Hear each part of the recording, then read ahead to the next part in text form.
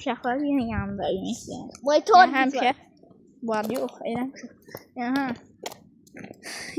Yenə həmişə onu sevməklə gəlir. Hə. Uşaqlar var, sizə bir şey deyirəm. Uşaqlar. Heç eləməyin. Heç elə qəti özünüzü öldürə bilərsiniz. Yəni beyninizi, zehnunuzu ala bilər. Mavi balina oynamayın. Gözlə. Düz deyil, hə danış. Mavi balina oyunu.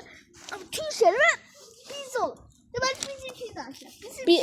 Bizimki mən danışam Türkiyəsə. Okay. Bax, nətər idi? Nətər idi? Ben deyirəm, Ankara'nın sən də. Başla. Bir kız mavi balina oyunu gecə yatır, adın saatası. Bu da gizlincə mavi şey oynayır. Mavi balina oyunu.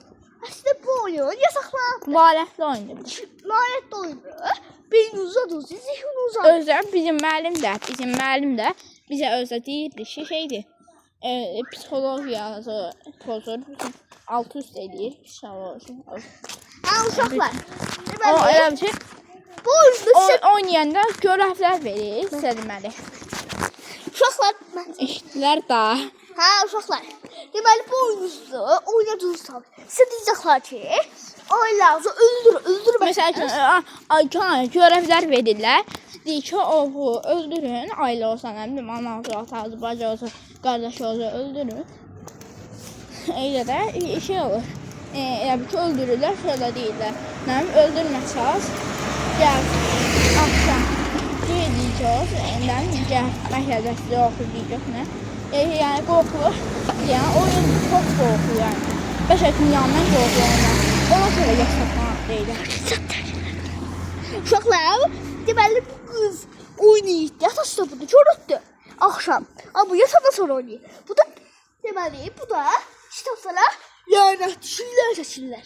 Çəkib, sən də yazarsın onu da alır. Yox. Çəkirəm. İndi Türkiyədədir.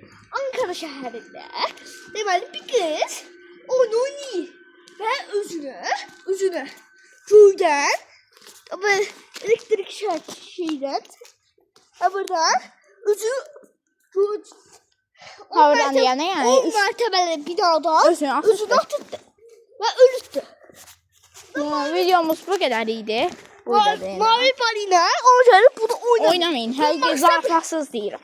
Zarafsız. Yəni bu qədər idi video. Bu demək Kanala abone olun. abunə olun.